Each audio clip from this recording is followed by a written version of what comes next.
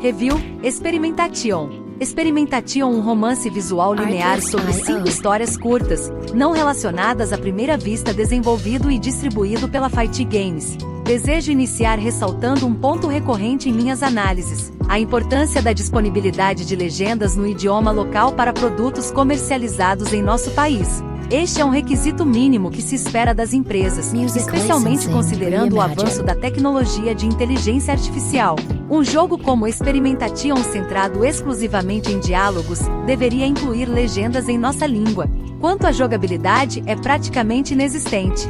O jogador limita-se a clicar e visualizar imagens acompanhadas de texto, dependendo exclusivamente da imaginação. Não há interação com personagens visíveis, apenas diálogos entre personagens não visualizados são apresentados. As histórias consistem em fotografias semelhantes àquelas geradas por inteligência artificial, visualmente atraentes, porém aplicadas de maneira inadequada. Seria desejável uma maior participação dos personagens, mesmo que estes permaneçam estáticos, proporcionando ao jogador algo visualmente cativante em vez de apenas ouvir sons e ler diálogos incessantes. O jogo pode ser concluído em menos de 5 minutos e é composto por 5 histórias, com a opção de pular para o final do episódio para obter uma conquista. Este método pode ser atrativo para os interessados em conquistas simples, visto que cada episódio desbloqueia uma conquista, totalizando 5 no Steam.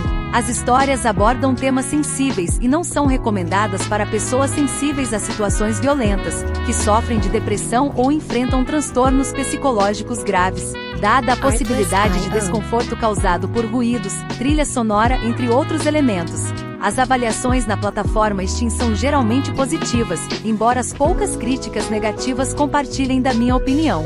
A proposta é interessante, embora não inovadora, e poderia ser abordada de maneira mais eficaz. A experiência transmite a impressão de ter sido desenvolvida de forma apressada, com histórias simples sobrepostas a fotografias, resultando em um produto que carece de profundidade. Pessoalmente, não apreciei o jogo, considerei-o monótono devido à quantidade exagerada de diálogos. Expresso a esperança de que a empresa invista esforços para aprimorar o jogo, pois a proposta possui potencial. Atualmente o jogo se encontra na loja do Steam pelo valor de R$ 10,49, um preço até que razoável para o curto tempo de gameplay. Deixe seu like, siga nosso canal e confira esta análise e outras com fotos, vídeos e a nota final em nosso site, The Game Box Brasil, com Artlist.io